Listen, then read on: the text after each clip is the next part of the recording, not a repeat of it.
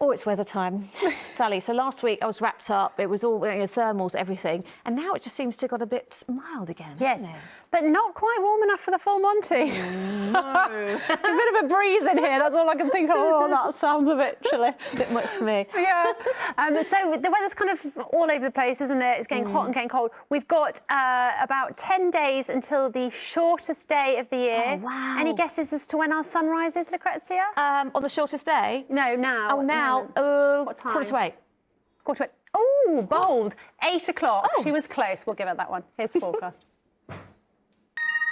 Now, Sally, it's actually 2 weeks today until Christmas. Now, some of us, maybe me, are struggling, guessing. Suggestions is probably a strong word. I don't think you'd want to give them this one that I made today.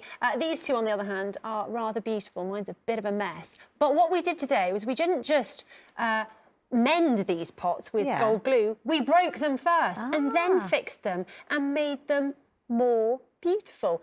Supposedly, although mine's not so beautiful. But the idea being that, a bit like ourselves, we can be broken, but we can be fixed and we can end up more beautiful and more unique. And so I went to Walthamstow today, where they're running a course, and they're running loads of them now across the country, about how you can do this kintsugi art. And it's a metaphor for life, really. So let's take a look. Love it.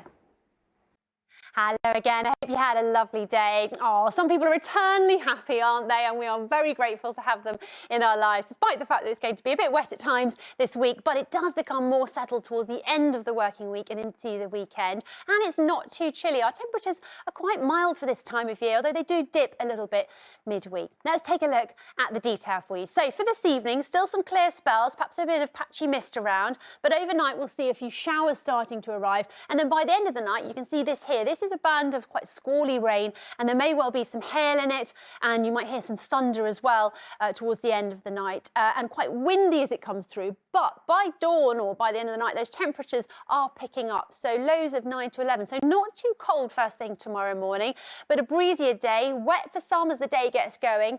And then we've got these showers moving through, and some of them could be quite beefy, and again you might get a bit of hail and you might hear some rumbles of thunder, but they're not constant. In between them, some drier periods, perhaps a bit of brightness, but we're not expecting anything particularly sparkling.